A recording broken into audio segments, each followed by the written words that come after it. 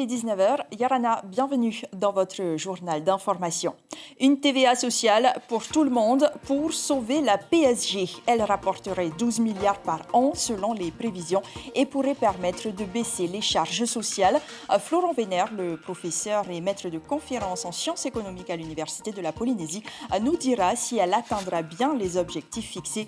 Il est l'invité de ce journal. La saison chaude amène toujours avec elle son lot de doutes et de précautions. Le plan Orsec a été testé aujourd'hui. Il sera appliqué en cas de catastrophe naturelle. Les étudiants calédoniens partagés entre espoir et inquiétude à quelques jours du référendum, tous espèrent que le dialogue reprendra sa place à l'issue du scrutin, quel que soit le résultat. Les arts traditionnels sublimés par les élèves et les professeurs du conservatoire artistique. Plus de 700 artistes se sont dit au revoir en chantant et en dansant.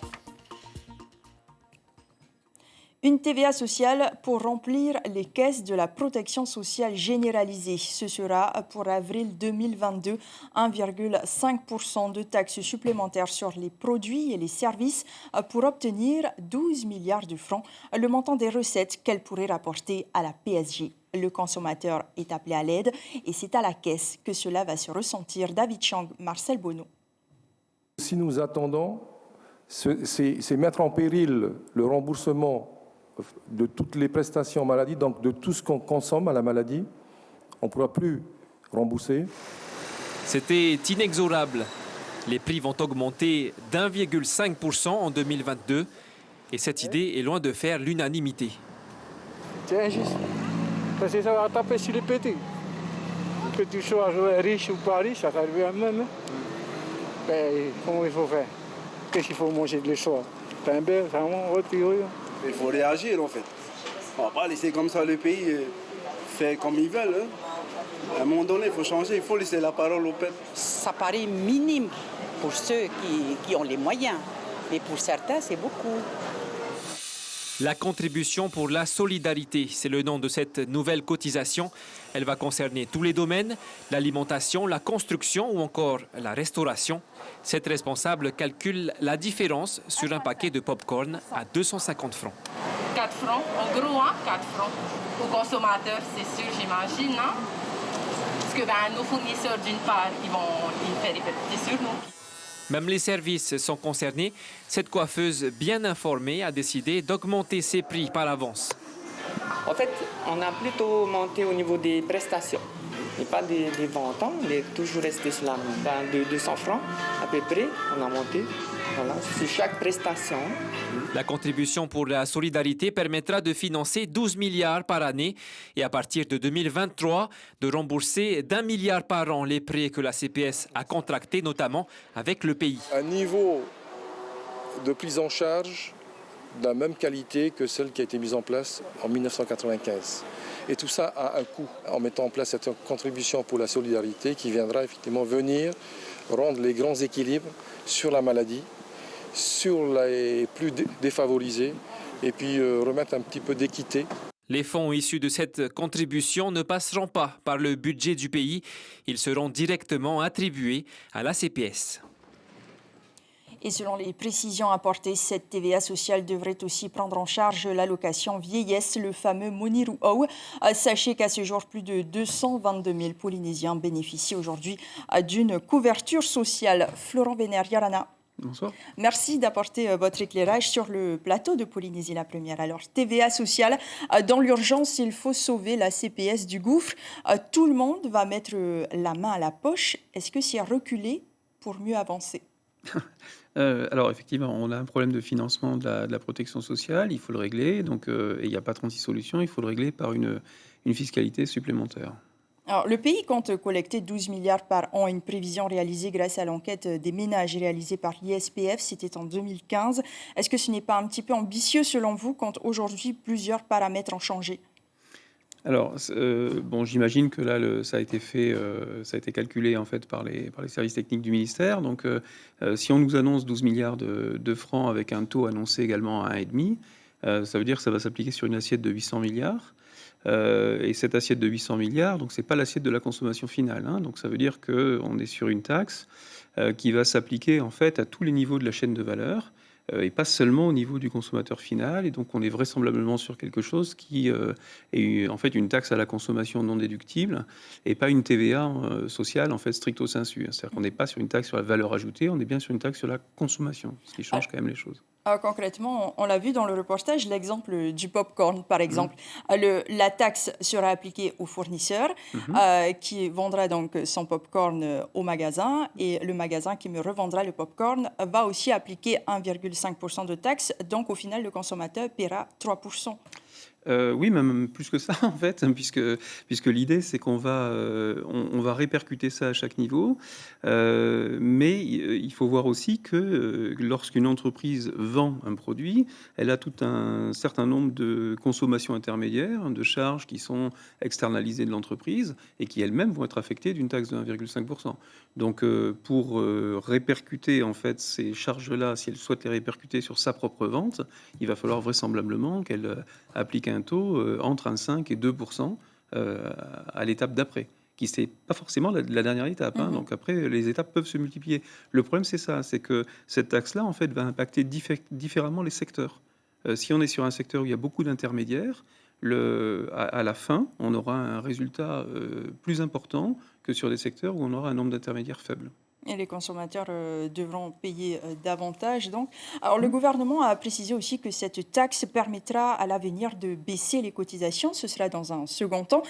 Dans un monde meilleur, on pourrait imaginer que les commerçants répercutent cette baisse dans les prix, sauf qu'ils ne sont pas obligés et pourraient même choisir d'augmenter leur marge. Donc, faut-il s'attendre de toute façon à une inflation ? Alors oui, il y aura mécaniquement une inflation, ça c'est certain. Par contre, sur la répercussion de la marge, c'est un peu plus compliqué que ça, parce que lorsqu'on met en place une taxe, il y a toujours une partie qui est prise en charge par le vendeur, en fait, une partie qui est prise en charge par l'acheteur. Mais là, on n'est pas sur une taxe finale. On est donc sur une taxe qui va être aussi intermédiaire, donc qui va affecter en fait tout le process de négociation entre fournisseurs et acheteurs, fournisseurs et distributeurs, tout au long de la chaîne.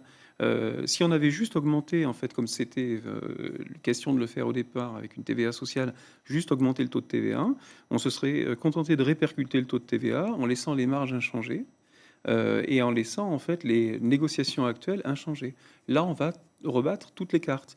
Et donc, du coup, c'est très compliqué de savoir en fait ce qui va se passer. De même que c'est très compliqué de savoir comment ça va distordre la concurrence. Parce que deux entreprises qui sont concurrentes sur un même marché peuvent avoir des nombres d'intermédiaires différents et donc ça va modifier les conditions concurrentielles. Par exemple, deux hôtels, un peut faire appel à une agence de voyage très fréquemment, l'autre pas. Et donc on a un intermédiaire de plus pour un des hôtels et pas sur l'autre, ce qui se répercutera sur le prix final consommateur en changeant la donne au niveau de la concurrence. Plus compliqué que ça, donc nous aurons plus de précisions la semaine prochaine lors de la présentation des lois fiscales qui sera faite à l'Assemblée le 16 décembre. Merci beaucoup à Florent Wener pour toutes ces explications. Un mort, 10 blessés légers et 3 blessés graves au Tuamotu. Le scénario de l'exercice cyclone organisé par les autorités de l'État et du pays.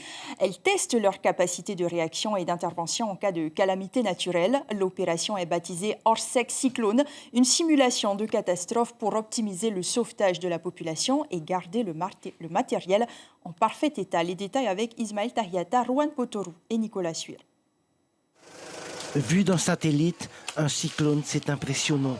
Mais en dessous de cet épais nuage en rotation, c'est pire. La nature reprend ses droits et les dégâts sont considérables. Le nord des Tuamotu est en plein dans la tourmente. Classé en urgence absolue, donc qui nécessite des soins les plus urgemment possibles. 23 personnes. 34 personnes sont nécessiteront des soins mais sans urgence réelle. Et enfin, nous étions partis de 11 disparus, 8 ont été retrouvés sains et saufs, il ne reste plus que 3 personnes à retrouver. Poussé par les vents, le cyclone se dirige droit sur les îles du Vent. À Tahiti, l'alerte rouge a été donnée. Le poste de commandement de crise a réuni ses partenaires. La situation est critique. Il faut un certain temps prévisionniste pour pouvoir réaliser une trajectoire de cyclone. Donc on essaye de faire ça par pas de temps de 3 heures. Mais ça peut aller jusqu'à 6 heures selon la complexité du phénomène. On ne peut pas faire envoyer les secours via de Tahiti Donc avec la météo qui est également présent sur ce poste de secours, ce poste de crise. Donc on cherche des solutions pour mieux intervenir. Donc nous, avec Aldo, on recense avec quelques secouristes, on recense tous les moyens humains. Vous l'aurez compris, ceci est bien un exercice. L'objectif étant d'améliorer la coordination entre le PC Crise et les équipes sur le terrain. Particularité cette année, l'introduction dans le scénario de la cellule animation. Ce sont des personnes qui introduisent des éléments dans le scénario qui viennent obliger les acteurs de la gestion de crise à réagir. Parmi ces éléments-là, de l'animation, nous avons effectivement des phénomènes de très forte fréquentation, voire même de troubles à l'ordre public au sein de certaines grandes surfaces de Tahiti et une saturation de la plupart des stations-service, tout le monde voulant aller faire le plein, évidemment, avant de rentrer chez soi. Donc nous avons demandé aux forces de police et de gendarmerie d'organiser leurs services de façon à protéger ces différents sites sensibles. Nous venons de prendre la décision de réduire les livraisons de carburant, tout ça est fictif bien sûr. Depuis le cyclone Oli, plus d'une décennie s'est écoulée. Une période durant laquelle l'ensemble des corps de métier ont travaillé en synergie, élaboré des bilans, connaissances qu'ils pourront utiliser pour gérer les cyclones, mais aussi les périodes de fortes pluies et d'inondations, comme en 2017. Et l'État est une nouvelle fois pointé du doigt pour son manque de transparence sur les déchets nucléaires par l'Observatoire des armements et l'ICAN, le relais français de la campagne internationale pour abolir les armes nucléaires. Le gouvernement se réfugierait derrière le secret défense pour contrôler les informations sur cette question très sensible qui concerne au plus près la Polynésie. Pierre Lacombe et Emmanuel Morel. Opacité et manque de transparence, ces mots reviennent souvent pour évoquer la gestion des déchets nucléaires militaires en France. Ce point de crispation majeur avec le gouvernement, le relais français de la campagne internationale pour abolir les armes nucléaires le souligne dans un rapport d'une 40aine de pages. L'ONG veut briser le tabou avec le soutien de parlementaires. Il est important aujourd'hui non seulement de connaître les volumes de déchets d'une manière très précise, qu'on inventorie les volumes de déchets et là où ils se situent. Et puis c'est important aussi pour prévoir en matière financière ce dont on aura besoin pour pouvoir assumer finalement la gestion de ces déchets et le stockage à très long terme de ces déchets. L'organisation non gouvernementale, prix Nobel de la paix en 2017, veut contraindre le gouvernement à la clarté pour mieux identifier les lieux et les quantités de déchets radioactifs.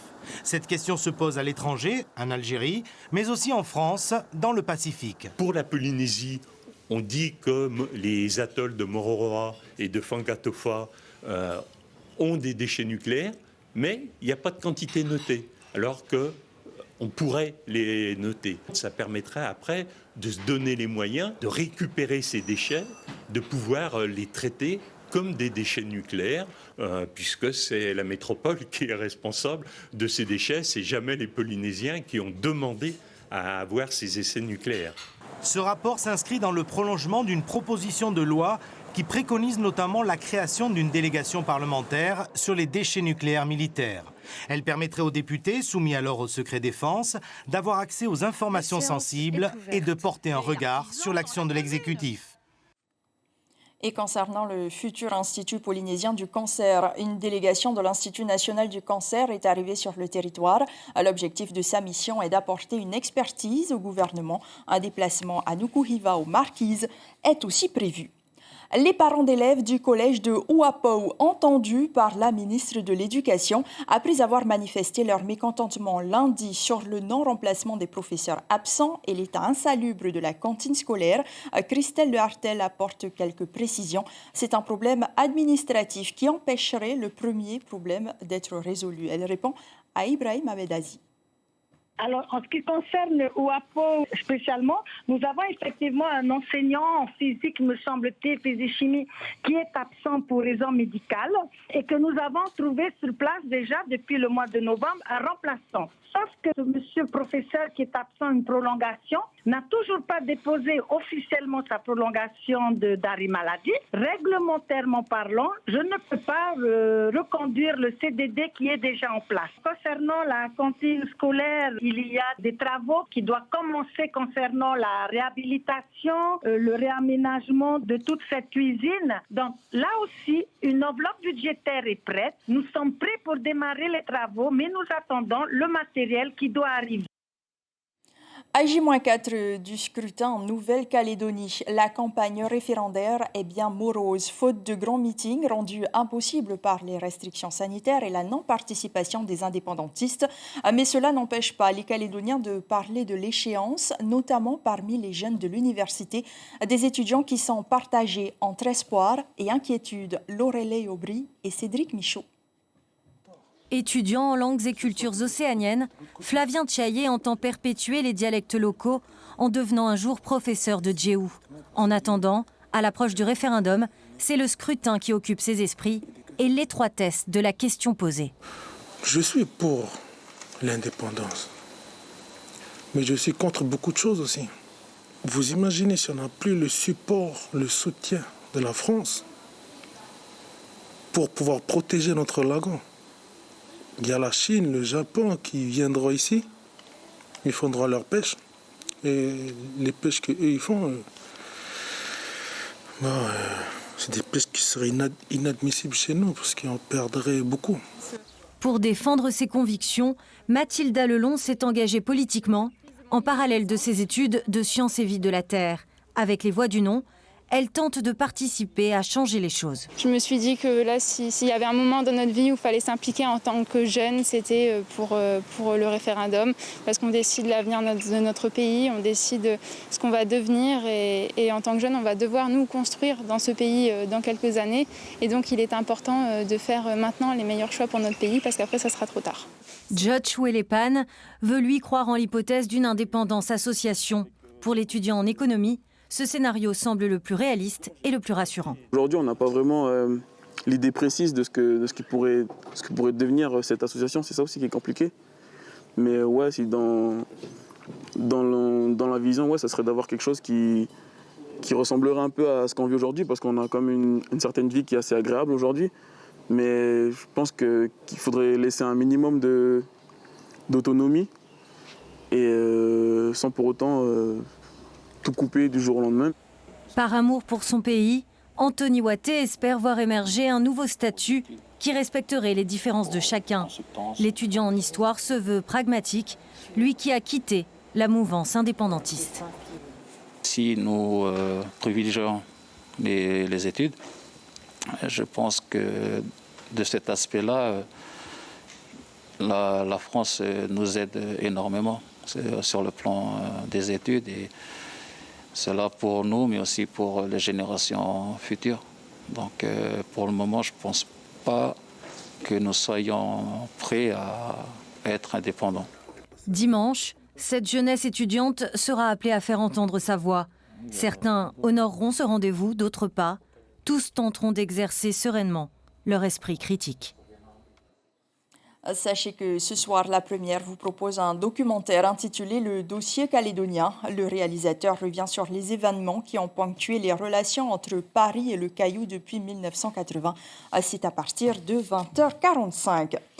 Les pensions de famille de Rurutu labellisées Clé Vacances malgré la crise. L'association du tourisme authentique vient d'achever sa tournée de labellisation aux Australes. Elles sont désormais 4 structures à posséder l'étiquette, gage de qualité pour la location saisonnière. Créée en 2019, cette dernière évalue par exemple l'environnement, l'ambiance et l'aspect esthétique des équipements. Heinoui Baudin, en charge de la labellisation des pensions de famille, nous donne plus de critères au micro de Heya Parau Tokorangi. Mais avant, la réaction d'une propriétaire de pension, Eileen Teuruari. C'est surtout plus de visibilité, comme on a une petite pension de 3 unités, et puis les Clés Vacances, c'est quand même un grand label en France, puis aussi c'est une assurance de qualité pour les clients, donc en fait ça nous apporte des clients. Pour nous, c'est la sécurité, très important, la propreté, et bien sûr le bien dormir. Hein. Bon, allez, j'en ajoute peut-être une, bien manger aussi. C'est important. C'est important. Et donc, toutes ces structures que tu as visitées aux Australes ont rempli ces conditions? Oh oui, donc là je reviens de Limatara et là Rurutu, oui bien sûr. Et avoir un faré ou 4 farés, ça ne veut pas dire qu'on est une mauvaise structure ou une meilleure, c'est juste par rapport à la qualité de service qu'on va offrir à nos clients pensionnaires. Et c'est aussi la culture qui valorise le pays à l'étranger. Elle subsiste encore grâce en partie au Conservatoire artistique de Polynésie. 6 mois d'apprentissage présentés en un après-midi. Les élèves ont tout donné pour leur spectacle de fin d'année. Plus de 700 artistes se sont réunis sur la scène de To'ata. Ils sont originaires de la capitale, de Moorea ou encore de la presqu'île. Mais tous ont une seule passion, l'art traditionnel. Chiquita Teiva et Patita Savia. Ils ont entre 11 et 15 ans, tout droit venus du collège de Taravao. Elles sont belles, fières et en grand apparat. Ces élèves en classe Shamshad, des classes à spécialité artistique et art traditionnel, s'apprêtent à impressionner leurs parents. Tevaï a justement accompagné son fils pour l'occasion. Samedi dernier, on est venu pour la répétition générale et c'était magnifique. D'abord, je suis à l'école et quand j'ai fini l'école, quand je rentre chez moi, je joue toujours au ukulélé. Après, je m'entraîne pour la danse. Et là, tu espères épater ta maman? Oui. La danse et la musique rassemblent bel et bien car elles parlent un langage universel. Enthousiasme et excitation se lient sur les visages.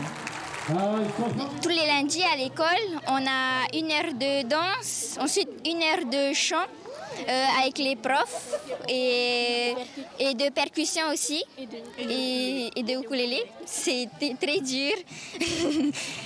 et là, pour ce soir, cet après-midi, vous êtes prêts alors? Oui, on est prêts, on est carrément prêts.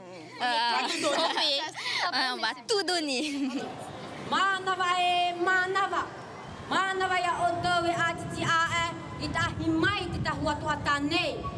L'expression artistique, que ce soit par les arts contemporains ou traditionnels, participe clairement à motiver les enfants. Une manière de donner du sens à l'école et de lutter contre l'échec scolaire.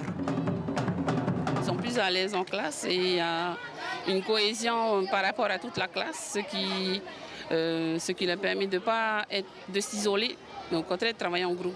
Ces projets fédèrent énormément des classes avec une très grande cohésion. Ils sont motivés par ce qu'ils font, donc ils s'engagent pleinement et ça fait partie de la réussite. 4 ans que les professeurs du conservatoire collaborent avec les collèges de Punaoya, Moorea et Taravao. Sur la scène de To'ata, les enfants ont offert un spectacle haut en couleur pour le plus grand bonheur des parents. C'est la fin de ce journal. L'instauration d'une taxe à la consommation de 1,5% sur les biens et les services dès le mois d'avril 2022. C'est l'information principale de ce journal. Elle permettra dans un premier temps d'aplanir les comptes de la CPS qui sont déficitaires grâce aux recettes qu'elle pourrait rapporter 11 milliards par an. Mais selon le professeur et maître de conférence en sciences économiques à l'Université de la Polynésie, elle pourrait être bien plus élevée selon les marchés et être la cause d'un phénomène d'inflation. Nous en saurons plus la semaine prochaine lors de la présentation des lois fiscales à l'Assemblée. Ce sera jeudi. À la une de vos quotidiens demain, la dépêche titre sur cette annonce qui a été faite en Conseil des ministres. Le pays impose le vaccin à l'entrée. Pas de dépêche de Tahiti à 7h. Votre soirée sur la première, un film d'abord qui dresse un portrait émouvant de Georges Mandel, homme politique sans parti, intransigeant et progressiste, qui pressentit le nazisme et ne céda jamais devant le régime de Vichy. Puis vous saurez tout sur les événements qui ont ponctué les relations entre Paris et le Caillou depuis 1980 avec ce documentaire Dossier calédonien. Merci pour votre fidélité, très belle nuit et à demain. On se quitte sur ces images capturées à To'ata où les élèves du conservatoire ont bravé la pluie pour danser et chanter leur passion.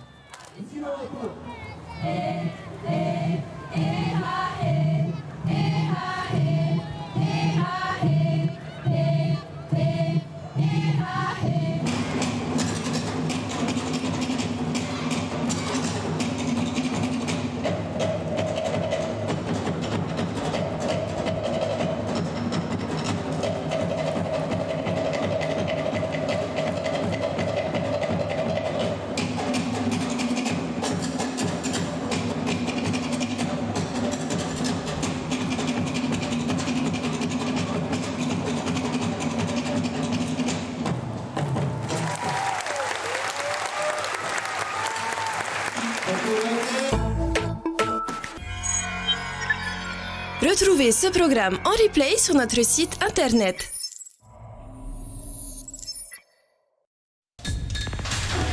L'information en continu sur Polynésie la première, Internet et réseaux sociaux.